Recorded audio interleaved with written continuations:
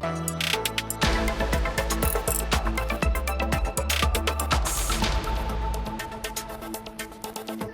et messieurs, bonjour et bienvenue dans Focus Eco. Focus aujourd'hui d'ailleurs sur la réunion trimestrielle du Conseil de Banque Maghreb, compte tenu de l'évolution de l'inflation à des niveaux en ligne avec l'objectif de stabilité des prix et au regard des fortes incertitudes qui entourent les perspectives à moyen terme, notamment sur le plan international, le Conseil a décidé de réduire le taux directeur de 25 points de base à 2,5%. C'est l'annonce faite par la Banque centrale. Le Conseil a également affirmé qu'il continuera de surveiller attentivement l'évolution de la conjoncture et ajustera ses décisions à chaque réunion en fonction de l'évolution des données. Quel impact sur la croissance? Réponse aujourd'hui avec vous.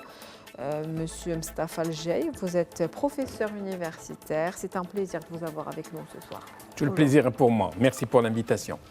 Alors, une baisse des taux, on est à 2,5% maintenant de taux directeur. Pourquoi cette baisse intervient-elle maintenant? Est-ce qu'elle était attendue?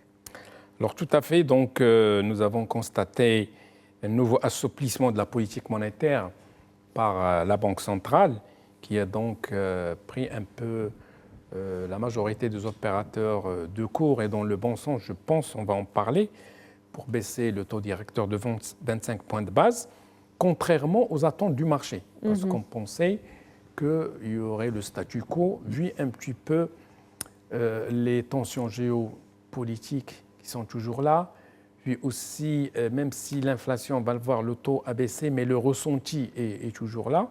Et je dirais que c'est une décision très sage et prudente. D'ailleurs, dans la conférence, M. Jouari a dit que nous suivons de très près l'évolution des choses. Mais à mon sens, 3 ou 4 conditions principales ont été réunies pour baisser le taux en ce moment. Maintenant, le plus important, c'est que, comme on l'avait dit et vous le savez, donc malgré toutes ces tensions, malheureusement, plusieurs années consécutives de sécheresse, et même cette année, donc il y a des tensions un petit peu, comme je l'ai dit, le taux d'inflation est quand même revenu de loin. On est pratiquement à 1,8 en moyenne annuelle contre 6,1, si vous vous rappelez, en début 2023. Donc le taux d'inflation worldwide, dans le monde entier, est stabilisé. Les prix se stabilisent et au Maroc, on revient à un taux normal qu'on a toujours eu entre 1,5 et 2%. Ça, c'est le premier. Le pouvoir d'achat est toujours aussi faible. Tout à fait. Le pouvoir d'achat est faible. C'est-à-dire qu'il y a une nuance entre, d'abord, une inflation ressentie et les taux officiels. On va en parler. Le deuxième point qui, moi, à mon avis, là, il est un peu technique et financier, et là, je prends ma casquette de banquier, c'est que le taux obligataire à court terme évolue dans des proportions en dessous du taux directeur. Donc, ce qui a poussé un peu le taux directeur à s'aligner. Et le troisième point très important, on sent un frémissement économique. Il y a une dynamique économique qui a été prometteuse enclenchée, puisque le taux de croissance des activités économiques en dehors de, malheureusement, de l'activité agricole est à plus 4%, mais nous avons vu que nous allons terminer l'année en moyenne à 2,6%. Et il y a le Maroc est à la veille de méga projets. Nous avons beaucoup d'échéances, la Coupe d'Afrique, la Coupe du Monde. Donc, il y a beaucoup de secteurs qui ont profité. Les BTP, l'immobilier qui bouge aussi, le tourisme qui se porte très bien, les transferts des MRE aussi qui se portent très bien. Donc, il y a plusieurs indicateurs économiques, il faut l'avouer, qui sont au vert et positifs.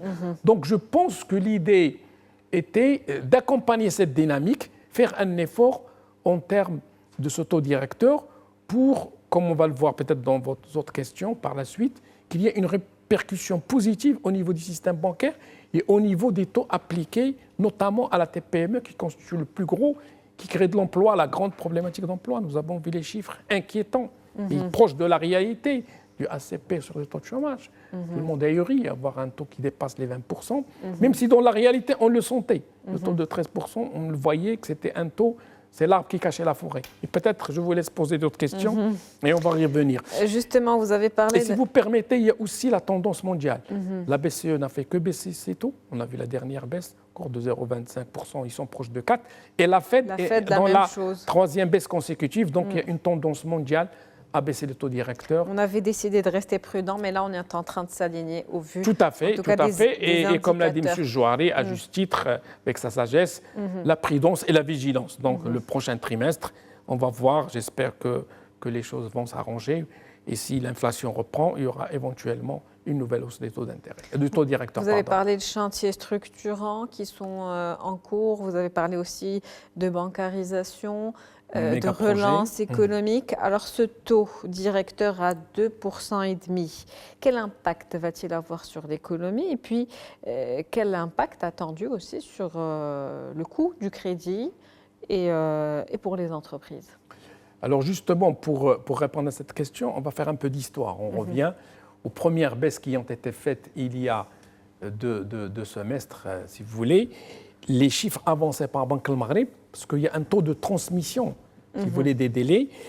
Les dernières baisses du taux directeur ont eu un impact en moyenne d'une baisse de 22 points de base pour les entreprises et 18 points de base pour les ménages. Donc, quoi que l'on dise, même si ça prend du temps, il y a un impact positif en faveur des entreprises sur la baisse des taux d'intérêt.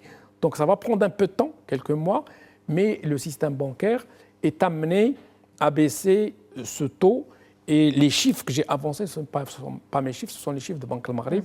Et les 22 points de base, c'est quand même important pour une entreprise. Ça peut l'inciter donc à réduire ses charges financières et surtout les TPME et les PME.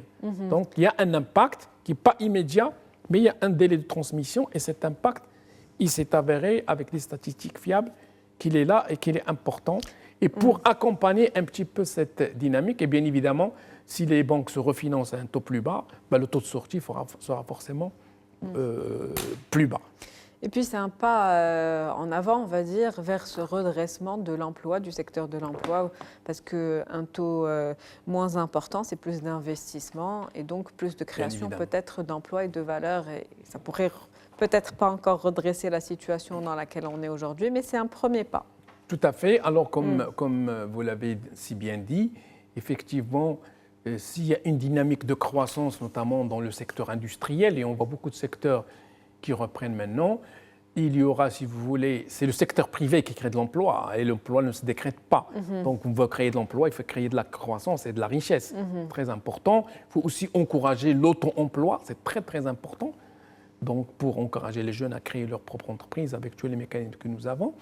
Et si vous voulez, quand il y a ces méga-projets, il y a beaucoup d'écosystèmes en termes de sous-traitance, d'ailleurs même un texte de loi qui prévoit 20% de sous-traitance confiée aux TPME et aux PME.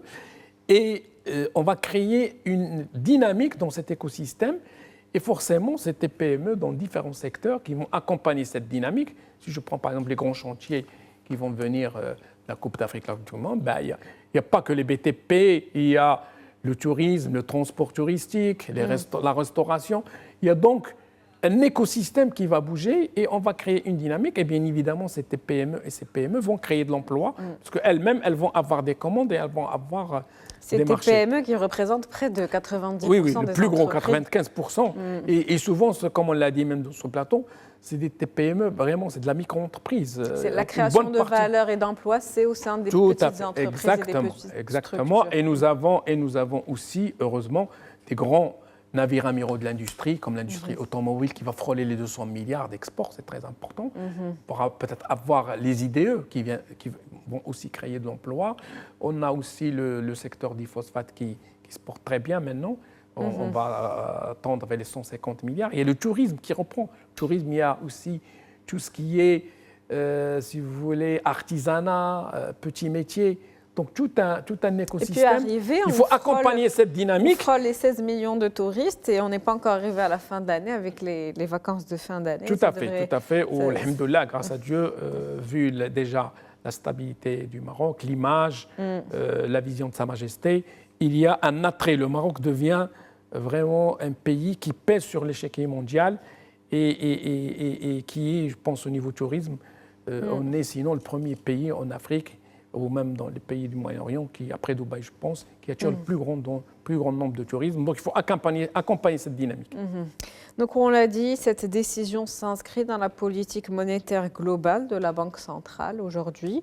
Comment la Banque centrale évalue-t-elle le risque de voir l'inflation repartir à la hausse?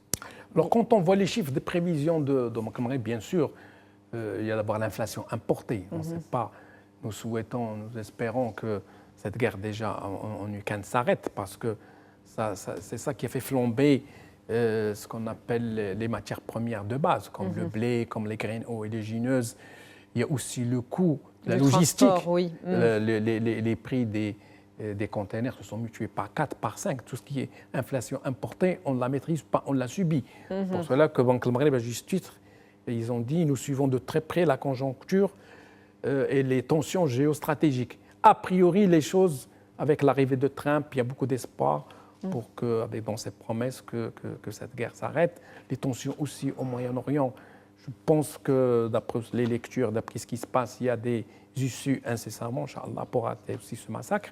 Et là, je pense que les taux d'inflation reviendront aux taux normaux. Mais par rapport à cette inflation ressentie, qu'est-ce qu'on peut faire aujourd'hui? Pourquoi est-ce qu'on la ressent toujours? Donc, le ressenti, c'est que il y a ce qu'on appelle l'inflation sous-jacente pour un certain nombre de matières premières de base, la consommation quotidienne des citoyens, c'est-à-dire leur panier. Et là, il y a aussi des abus, c'est-à-dire il y a les intermédiaires. On a vu des analyses qui ont été faites. Le kilo de tomate qui sort à 2 dirhams, ou là 1 dirham 50 bûchons de la région d'Agadir, il atterrit chez les commerçants à 8, 9 et 10 dirhams. Donc il faut travailler sur tout ce qui est intermédiaire. Et là, je pense que l'État a pris les mesures qu'il faut. Et le ressenti, c'est que si vous prenez les viandes rouges, je donne des exemples, c'est-à-dire les consommations, je dirais, quotidiennes.